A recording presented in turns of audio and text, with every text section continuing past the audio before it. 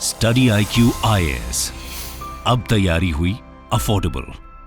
15 अगस्त को पूरे देश के द्वारा इंडिपेंडेंस डे को बेहद हर्षोल्लास के साथ सेलिब्रेट किया गया। इस दिन परंपरा है कि प्रधानमंत्री जी लाल किले की प्राचीर से पूरे देश को संबोधित करते हैं।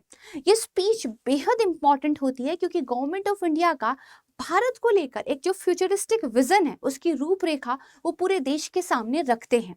इस भाषण पर ना सिर्फ देश की बल्कि पूरी दुनिया की नजर रहती है। कोई भी न्यूज़पेपर ऐसा नहीं होता जहां पर इस स्पीच का एक प्रॉपर एनालिसिस ना किया गया हो। आइए हम भी आज देखते हैं कि हमारे एग्जाम के पॉइंट ऑफ व्यू से इस स्पीच में क्या कुछ ऐसा था जो हमें डिटेल से प्रिपेयर करके रखना चाहिए।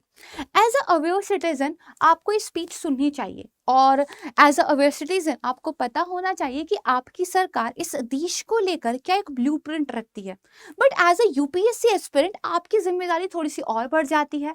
आपको सब्जेक्ट के अकॉर्डिंग और आपके सिलेबस के टॉपिक्स के अकॉर्डिंग कुछ पर्टिकुलर जो इनिशिएटिव्स, कुछ योजनाएं, कुछ फैक्ट्स जो प्रधानमंत्री जी के द्वारा सामने रखे गए थे उनको डिटेल से प्रिपेयर करना चाहिए। मैंने आपका काम आसान कर दिया है। आज की वीडियो में हम दो सब्जेक्ट पर फोकस रखेंगे, science and technology, environment and ecology, क्योंकि ये दोनों ही सब्जेक्ट में जो क्वेश्चंस आते हैं आपके पेपर में वो करंट अफेयर्स ओरिएंटेड क्वेश्चंस होते हैं और ये दोनों सब्जेक्ट का जो एम्फेसिस है वो लगातार बढ़ते जा रहा है। तो आइए देखते हैं कि प्रधानमंत्री जी के संबोधन में इन दो पर्टिकुलर टॉपिक से क्या कुछ इंपॉर्टेंट बातें कही गई हैं। उन्होंने जो अपना भाषण शुरू किया था वो कहा था कि विश्व में अब भारत को एक विश्व मित्र का ओहदा मिल चुका है। एंशिएंट टाइम में हमें विश्व गुरु कहा जाता था, लेकिन अब भारत ने क्राइसिस के टाइम पर अपने हितों को सुरक्षित रखते हुए भी दुनिया को हमेशा वो एडवाइस किया है जो सबके भले में था। जैसे रशिया यूक्रेन युद्ध की अगर बात की जाए तो हमने फियरलेसली कहा था कि this is not the time of war, right. हमने अपने रिश्तों का भी ध्यान रखा है रशिया के साथ, लेकिन हमने सटीक बात को भी सामने रखा है। कोविड-19 क्राइसिस के टाइम पर भी भारत की एक लीडरशिप की जो कैपेबिलिटी है वो दुनिया के सामने आई है और आज हम G20 की जो है एक अध्यक्षता कर रहे हैं। तो विश्व मित्र का ओहदा जो है भारत को मिल चुका है। आज भारत जो बात कहता है दुनिया उसको सुनती है। देन इसके बाद प्रधानमंत्री जी जो है जो हमारी स्मॉल सिटीज के आप कह सकते हैं युवा है उनका जो ड्यू क्रेडिट है वो देते हुए नजर आते हैं। प्रधानमंत्री जी का कहना यह है कि जो स्मॉल सिटीज होते हैं उनका एरिया स्मॉल है, उनकी जनसंख्या छोटी है, पर उनके होप एंड एस्पिरेशंस काफी हाई हैं। भारत के अंदर अगर स्टेम फील्ड की बात की जाए, साइंस, टेक्नोलॉजी, इंजीनियरिंग, मैथमेटिक्स की बात की जाए तो आपको मोर नंबर ऑफ कैंडिडेट्स जो दिखाई देंगे वो टायर 2 और टायर 3 सिटीज से दिखाई देंगे। एप्स डेवलपमेंट की बात कर लीजिए, प्रैक्टिकल लाइफ के टेक्नोलॉजिकल सॉल्यूशंस की बात कर लीजिए, आपको जो मध्य वर्ग के युवा है जो हमारी स्मॉल सिटीज हैं वो यहाँ पर काफी जो है अच्छा काम करते हुए नजर आ जाएंगे। तो आज के टाइम पर जो एक साइंटिफिक टेम्परामेंट हम विकसित करने की बात करते थे जिसको लेकर जवाहरलाल नेहरू बड़ा चिंतित रहते थे कि भारत के अंदर एक साइंटिफिक टेम्परामेंट जो है डेवलप करने की जरूरत है, वो अब होता हुआ हमें जो है दिखाई दे रहा है। और मैं आपको एक और इम्पॉर्टेंट चीज बता दूं जो हो रही है वो है स्टडी IQ का P2I बैच। 23 अगस्त से स्टार्ट हो रहा है। हमारी शाम को 6 बजे क्लासेस हो रही है। तीनों लैंग्वेजेस में आपको क्लासेस मिल जाएंगी, जिसमें कंफर्टेबल हो ज्वाइन कर लीजिएगा। एंड साथ में ध्यान रखिएगा लाइव आपकी क्लासेस होती है अपनी फैकल्टीज के साथ, आप एक रियल सिचुएशन में पढ़ते हैं। इस बैच के बारे में डिटेल से बात करेंगे। आइए चलते हैं प्रधानमंत्री जी के भाषण की ओर। तो उन्होंने बताया कि अगर हम साइंस की बात करें, ना सिर्फ मध्य वर्गीय युवा हमारे जो स्मॉल सिटीज हैं बल्कि जो हमारे स्कूल के चिल्ड्रंस हैं उनके अब एस्पिरेशंस जो हैं बहुत ज़्यादा आगे बढ़ चुके हैं। आज हमारे छोटे छोटे बच्चे ये सपना देखते हैं जो वो इसरो की किसी बेसिकली सक्सेसफुल मिशन के बारे में जानते हैं, समझते हैं कि मुझे भी एक साइंटिस्ट बनना है। बट अगर आप देखोगे तो इसके लिए जो एक हमें इकोसिस्टम उनको उपलब्ध कराना था वो अब फाइनली जो है उनको मिल गया है। अटल इनोवेशन मिशन, यूपीएससी इस पे क्वेश्चन पूछ चुकी है। अटल इनोवेशन मिशन का ही एक सब मिशन है टिंकरिंग लैब। ये जो लैब है स्कूलों में ओपन किए जाते हैं ताकि बच्चों को प्ले के रूप में साइंस की जो एक्टिविटीज है उन्हें करने का मौका मिले और हमें भविष्य में वो ह्यूमन कैपिटल मिले जो बचपन में ही साइंस को सीख चुकी है, समझ चुकी है और आज वो डॉक्टर, इंजीनियर, साइंटिस्ट अगर बनेंगे तो बेहद बेहतर बनेंगे। तो अटल टिंकरिंग लैब का प्रधानमंत्री जी ने जिक्र किया है। साथ ही उन्होंने ये बताया कि हमारे स्कूल के बच्चे अब सैटेलाइट्स डेवलप करने लगे हैं। तो इसरो ने देश को सैटेलाइट डेवलप करना सिखा दिया है। और अगर आप देखेंगे तो दरअसल बच्चे करीब 20 बीएमसी से थे जिन्होंने एक मिशन में पार्टिसिपेट किया था। सैटेलाइट्स जो है बच्चों के द्वारा बनाई गई थी और जिसको बाकायदा लॉन्च किया गया था। लगभग 100 बच्चों को यहाँ पे जो है शामिल किया गया था।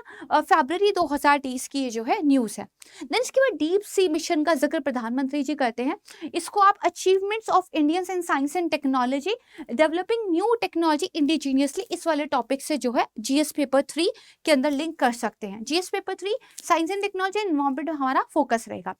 डीप सी मिशन, तो भारत का इसमें ऑब्जेक्टिव ये है कि एक मेंट डीप सी एक्सप्लोरेशन मिशन जो है हमें यहाँ पर सक्सेसफुली अंजाम देना है। हमारे साइंटिस्ट जो है बकायदा एक मत्स्य यान में बैठकर डीप इनटू द ओशन जो है एक्सप्लोरेशन करने जाएंगे और ओशन के जो रिसोर्सेज हैं उनके बारे में प्रॉपर रिसर्च होगी। एंड देन ब्लू इकोनॉमी का एक जो विजन है हमारा कि समुद्र के संसाधनों को सस्टेनेबल मैनर में यूज करते हुए हमें अपनी इकोनॉमी को जो है बेसिकली ग्रो करना है, इसको यहाँ पर जो है अचीव किया जाएगा। काफी इंपॉर्टेंट मिशन है, ध्यान से पढ़िएगा। देन प्रधानमंत्री जी बात करते हैं कि आज हम क्वांटम कंप्यूटर्स को लेकर काम कर रहे हैं और भारत दुनिया में 7वां ऐसा देश है जिनके पास अपना एक नेशनल क्वांटम मिशन है। दरअसल अगर आप देखोगे 2018 में ही लगभग 3,500 करोड़ से ज्यादा जो रुपये हैं वो national mission on cyber physical system के लिए भारत सरकार की तरफ से दिए गए थे। एंड क्वांटम कंप्यूटर्स में रिसर्च एंड डेवलपमेंट को बढ़ावा देने के लिए भारत सरकार की तरफ से काफी तेजी से काम किया जा रहा है। इसके बाद प्रधानमंत्री जी बताते हैं सेमीकंडक्टर्स के बारे में। इलेक्ट्रॉनिक सेक्टर के सक्सेसफुल होने का अगर राज कुछ है तो वो है सेमीकंडक्टर चिप्स का इंडिजिनियसली डेवलपमेंट। यदि ये आप आत्मनिर्भर रूप से कर पाते हैं तो इलेक्ट्रॉनिक्स की मार्केट में भारत का बोलबाला होगा। तो 2021 में यूनियन कैबिनेट ने दरअसल एक जो कॉम्प्रिहेंसिव प्रोग्राम था उसको अपनी अप्रूवल दे दी थी।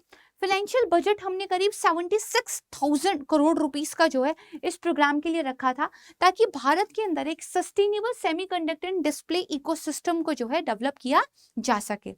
दिन प्रधानमंत्री जी बताते हैं कि किस तरह सिर्फ शहरों में ही नहीं दूर दराज के गांवों तक इंटरनेट कनेक्टिविटी पहुंच चुकी है। भारत उन चंद देशों में से एक था जिन्होंने 5G को अर्ली स्टेज में रोल आउट कर लिया था और हम यहीं पे नहीं रुके हैं, अब हम 6G को लेकर काम कर रहे हैं। तो आप देखेंगे कि भारत सरकार ने एक जो है अपना एक आप कह सकते हैं इनिशिएटिव लॉन्च किया था, भारत 6G अलायंस। इसमें जो अलग अलग डिपार्टमेंट्स हैं, जो प्राइवेट स्टेक होल्डर्स हैं, इनके साथ मिलकर सरकार काम कर रही है और जितनी भी पेटेंट्स लगभग 200 पेटेंट्स जो कि 6G से रिलेटेड थे उनको अक्वायर जो है भारत 6G अलायंस के द्वारा किया गया है। तो लगभग 700 डिस्ट्रिक्ट तक हम अपना 5G अभी तक पहुंचा चुके हैं और हम अब 6G के लिए जो है तैयार हो चुके हैं। देन चंद्रयान मिशन का जिक्र करते हुए प्रधानमंत्री जी कहते हैं कि महिलाएं भी अब साइंस के फील्ड के अंदर अपना जो है एक तरीके से परचम लहरा रही हैं। और गवर्नमेंट की तरफ से एक डाटा दिया गया था दरअसल जिसमें बताया गया था कि जो इंडियन साइंस रिसर्चर्स हैं उसमें से 16% महिलाएं हैं। हालांकि डेवलप्ड कंट्रीज के कंपैरिजन में ये थोड़ा कम है डाटा, लेकिन ऐसे बहुत सारे इनिशिएटिव स्कॉलरशिप्स योजनाएं सरकार की तरफ से चलाई गई है जो महिलाओं को दरअसल एक सपोर्ट देती है साइंस के अंदर अपना करियर बनाने के लिए। और यहाँ पे कुछ उन महत्वपूर्ण जो है महिलाओं का आप नाम देख सकते हैं जिन्होंने अपनी रिस्पेक्टिव फील्ड में बहुत बेहतर काम करके जो है दिखाया है। देन इसके बाद प्रधानमंत्री जी कहते हैं कोविड का जब एक क्राइसिस आया था हमने दुनिया को वन हेल्थ का इम्पोर्टेंस समझाया है। यानी कि सिर्फ ह्यूमंस ही नहीं, हमें एनिमल्स और प्लांट्स की हेल्थ पर भी ध्यान रखना होगा, तब जाके एक हेल्दी इकोसिस्टम को हम यहाँ पे क्रिएट कर पाएंगे। साथ ही वो ये भी कहते हैं कि एक जो प्लैनेट की हमारी ह्यूमन सेंट्रिक अप्रोच रहती थी अब इससे अलग जाकर एक planet centric one earth one family इस अप्रोच को जो है हमें अपनाकर चलने की जरूरत है। देन एग्रीकल्चर के लिए वो बताते हैं कि हमने हमारे किसानों को सस्ता यूरिया उपलब्ध कराया है। ग्लोबल मार्केट की बात करें तो हमें 3,000 रुपए में यूरिया का एक बैग पड़ता है, बट हम अपने किसानों को उसको सिर्फ 300 रुपए में उपलब्ध कराते हैं। करीब 10 लाख करोड़ रुपए जो हैं सब्सिडी के लिए फार्मर्स को गवर्नमेंट ऑफ इंडिया की तरफ से प्रोवाइड कराए जाते हैं।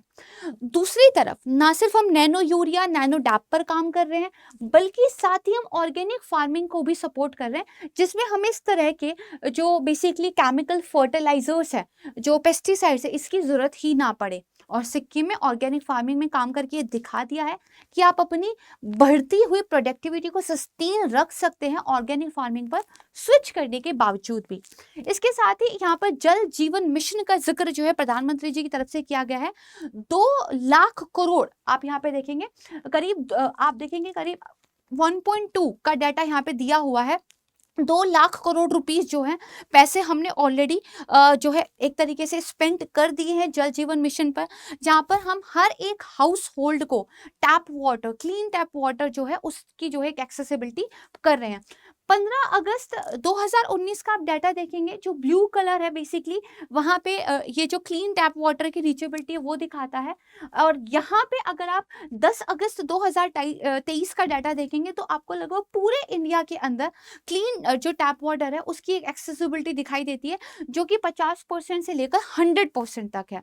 और यहाँ पे आप देख सकते हैं 12 करोड़ रूरल हाउस होल्ड्स ऐसे हैं जिनको जल जीवन मिशन के तहत हर घर जल यानी कि tap water government of India की तरफ से उपलब्ध कराया जा चुका है। देन मोदी जी जो बात करते हैं वो करते हैं रिन्यूएबल एनर्जी की। सरकार कहती है कि हमने जो नवीनीकरणीय ऊर्जा को लेकर अपने टारगेट्स रखे थे, राइट है, उनको हमने पहले ही अचीव कर लिया है। और सिर्फ इतना ही नहीं, जितनी भी मॉडर्न ग्रीन टेक्नोलॉजीज हैं, सोलर पावर, विंड पावर की बात हो या फिर ग्रीन हाइड्रोजन की बात हो, इसको लेकर हम जो है काम कर रहे हैं। और ऐसा करने वाले हम चंद देशों में से एक है। अगर आप देखोगे तो इंडिया को ग्रीन हाइड्रोजन के प्रोडक्शन का एक ग्लोबल हब बनाने के लिए करीब 19,744 करोड़ रुपए जो है बजट एलोकेशन के रूप में भारत सरकार की तरफ से ग्रीन हाइड्रोजन मिशन के तहत दिए गए थे। और ग्रीन हाइड्रोजन फ्यूल से रिलेटेड जो व्हीकल्स हैं उनको बनाने के लिए भी भारत में काफी तेजी से काम चल रहा है। इसी तरह देखिए, जो हमारा 2030 का टारगेट था रिन्यूएबल एनर्जी को लेकर, उसको हमने 21-22 में ही अचीव कर लिया था। वहीं पेट्रोल के अंदर एथेनॉल की ब्लेंडिंग को लेकर हमारा जो टारगेट था कि 20% हम एथेनॉल को ब्लेंड करेंगे पेट्रोल के साथ, वो भी हम 5 साल पहले ही अचीव कर लेंगे जो हमने अपने टाइम जो है टारगेट किए थे। एथेनॉल ब्लेंडिंग को एक बार अचीव अगर हम कर लेते हैं तो जो क्रूड ऑयल पर बाकी के देशों पर हमारी डिपेंडेंसी है इंपोर्ट के लिए, वो काफी हद तक जो है कम हो जाएगी। तो यहाँ पे देखिए, जो बेसिकली पीयूष गोयल जी हैं, उन्होंने बताया था कि हम 2025 तक ही इस एथेनॉल ब्लेंडिंग वाला जो हमारा टारगेट है उसको अचीव कर लेंगे, और इससे पहले ही ये काम हो रहा है, राइट है। देन रिन्यूएबल एनर्जी की बात करें तो जो टोटल रिन्यूएबल इंस्टॉल्ड एनर्जी है, राइट है, भारत उसमें 4th नंबर पे है। विंड पावर कैपेसिटी की बात करें तो भी भारत 4th नंबर पे है। सोलर पावर कैपेसिटी की बात करें तो भी दुनिया में भारत 4थे नंबर पर आता है। जो टोटल हमारे पास non fossil fuel sources installed basically energy है, 2022 का मैं डाटा दिखा रही हूँ, करीब 172 गीगावाट है। यानी कि जितना भी हमारा इंस्टॉल्ड जनरेशन कैपेसिटी है उसमें से 42% हमारे पास क्या है, वो नॉन फॉसिल फ्यूल बेस्ड है। तो ग्रीन एनर्जी ट्रांजिशन की तरफ भारत वास्तव में काफी अच्छा काम जो है कर रहा है। इसके बाद प्रधानमंत्री जी जिक्र करते हैं इंटरनेशनल सोलर अलायंस का, जो बेसिकली हमने वर्ल्ड के साथ मिलकर शुरुआत की थी और आज के टाइम पर बहुत सारे कंट्रीज इसका पार्ट बन चुके हैं। देन उसके बाद वो जिक्र करते हैं one world one sun one grid का, जिसमें हम कहते हैं कि सन एक है, एनर्जी का सोर्स एक है, तो हाँ पूरे जो है दुनिया को एक ग्रिड के रूप में जो है बेसिकली साथ आना चाहिए, ताकि जब जहां पर एनर्जी की जरूरत हो उसकी जो है सप्लाई की जा सके। और भारत की इस पहल को पूरे दुनिया के लेवल पर एक्नॉलेज किया गया है। एंड देन सिर्फ इतना ही नहीं, हमने अपनी सनातन परंपराओं को भी नहीं छोड़ा है। भारत के बारे में ये बिल्कुल साबित है कि हमेशा से हम जो पर्यावरण के साथ चलने वाली एक जीवन शैली थी उसको अपनाते चले आ रहे हैं। एंड इसके बारे में फिर से प्रधानमंत्री ने जिक्र किया है कि इस मॉडर्न वर्ल्ड में जहाँ उपभोगवाद की संस्कृति है, हमने लाइफ एक इनिशिएटिव दुनिया को दिया, यानी कि लाइफ स्टाइल फॉर एनवायरमेंट। आप जिए, आप खुलकर जिए, लेकिन एनवायरमेंट फ्रेंडली तरीके से जिए। सिर्फ इतना ही नहीं, हमने अपनी बायोडाइवर्सिटी को भी एक्नॉलेज किया है और हमने बिग कैट अलायंस नाम का जो एक इनिशिएटिव है वो स्टार्ट किया है। तो आप देखेंगे अप्रैल 2023 में बेसिकली पीआईबी की तरफ से एक रिपोर्ट किया गया था कि 50 साल प्रोजेक्ट टाइगर के हो गए थे, इसी को सेलिब्रेट किया जा रहा था। तब भारत की तरफ से इंटरनेशनल बिग कैट अलायंस जो है लॉन्च किया गया था, जिसमें जो 7 बिग कैट फैमिली से रिलेटेड स्पीसीज हैं उनके प्रोटेक्शन एंड कंजर्वेशन को लेकर जो है भारत एक लीडर के रूप में सामने आया है। इस टॉपिक को आप एनवायरमेंट कंजर्वेशन से जो है लिंक कर सकते हैं जीएस पेपर 3 एंड प्रीलिम्स। इसके बाद प्रधानमंत्री जी कहते हैं कि ग्लोबल वार्मिंग की वजह से जो बेसिकली एक्सट्रीम वेदर इवेंट्स हमें एक्सपीरियंस करने पड़ रहे हैं और उसकी वजह से जो इंफ्रास्ट्रक्चर का इतना डैमेज हो रहा है, चाहे वो फ्लड की वजह से इंफ्रास्ट्रक्चर का डैमेज हो, लैंडस्लाइड्स हो या अर्थक्वेक्स हो, हमें इसके लिए एक रिजिलियंट इंफ्रास्ट्रक्चर क्रिएट करने की जरूरत है। और भारत इसके लिए भी एक इनिशिएटिव जो है लेकर आया है और हमने coalition for disaster resilient infrastructure CDRI as a solution जो है दुनिया के सामने रखा है, ताकि जो डैमेज हो रहा है उस डैमेज को प्रोटेक्ट किया जा सके। देन इसके बाद ओशियंस में जो आज के टाइम पर एक जियोपॉलिटिकल कॉन्फ्लिक्ट की सिचुएशन बन रही है, यहाँ पर भी भारत एक शांति का, पीस का जो है रास्ता दिखाता है। और जो सागर प्लेटफॉर्म है ये जो है भारत ने दुनिया के सामने रखा है। ओशियंस को लेकर भारत बहुत सारे इनिशिएटिव लेकर आया है। सागर माला की आप बात कर लीजिए, ब्लू इकोनॉमी की आप बात कर लीजिए, या फिर इसके अलावा जो डीप ओशन बेसिकली एक्सप्लोरेशन को लेकर काम चल रहे हैं उसमें भारत का एक पार्टिसिपेशन देख लीजिए। और जो UN क्लोज एक कन्वेंशन है, राइट है, उसमें भारत का काम देख लीजिए। ओशियंस को लेकर काफी अच्छे तरीके से हम यहाँ पे काम कर रहे हैं। और आप देखोगे कि 17 से लेकर 19 अक्टूबर 2023, राइट है, इंडिया जो है बेसिकली एक ग्लोबल मैरीटाइम इंडिया समिट जो है न्यू दिल्ली के अंदर आप कहेंगे कि होस्ट करेगा, ठीक है। तो 2023 में हम दुनिया को ये दिखाने वाले हैं कि कौन सी वो बेस्ट प्रैक्टिसेस हैं जिनको ओशियंस की हेल्थ का ध्यान रखते हुए भी जो है अपनाया जा सकता है।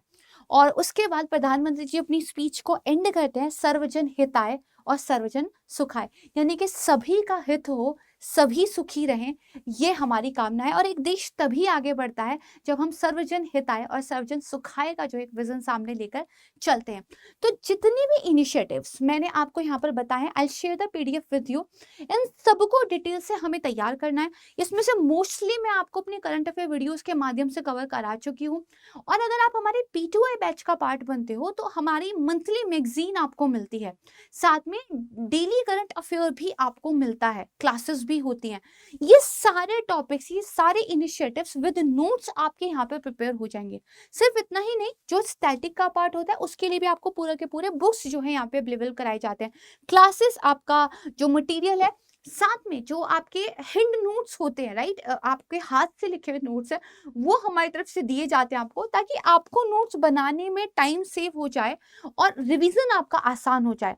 और इसके अलावा बहुत सारे ऐसे पर्क्स एंड बेनिफिट्स हैं जिनके बारे में हम बड़ा डिटेल से डिस्कस कर सकते हैं। आप मुझे पिंक कीजिएगा UPSC विद प्राची पर। इस बैच से रिलेटेड आप कुछ भी जानकारी चाहते हैं हम यहाँ पे डिस्कस कर सकते हैं। डेट्स याद रखिएगा, 23 अगस्त को शाम को 6 बजे से बैच स्टार्ट हो रहा है और आपके प्रीलिम्स तक इंटरव्यू की पूरी सफलता की कहानी आप यहाँ पे जो है लिख सकते हैं। इस PDF को डाउनलोड करने के लिए, क्योंकि इन इनिशिएटिव्स को प्रिपेयर करना बहुत ज़रूरी है, आप मुझे UPSC with Prachi Telegram channel पर ज्वाइन कर सकते हैं। आई होप कि ये वीडियो आपको पसंद आया होगा। प्लीज़ इसको लाइक कीजिएगा, ज़्यादा से ज़्यादा शेयर कीजिएगा, share with your family members, with your friend circle, क्योंकि हर किसी को पता होना चाहिए कि भारत को जो पिछड़ा कहने वाले दिन थे ना, वो कब के चले गए। अब भारत सिर्फ एक इकोनॉमिक डेवलपमेंट, एक इसी विजन को नहीं देखता है। हम एनवायरनमेंट को लेकर, हम साइंस एंड टेक को लेकर इतना कुछ कर रहे हैं जो दुनिया के चंद देश ही कर पा रहे हैं। तो we should be proud of it, right. I am very excited, I hope so कि आप भी हैं। मुझे कमेंट सेक्शन में अपना फीडबैक जरूर दीजिएगा। जल्द मिलूंगी एक नए क्लास के साथ, तब तक के लिए thank you so much everyone. अपना ध्यान रखिएगा, अपनों का ध्यान रखिएगा। जय हिंद। स्टडी IQ IAS, अब तैयारी हुई अफोर्डेबल।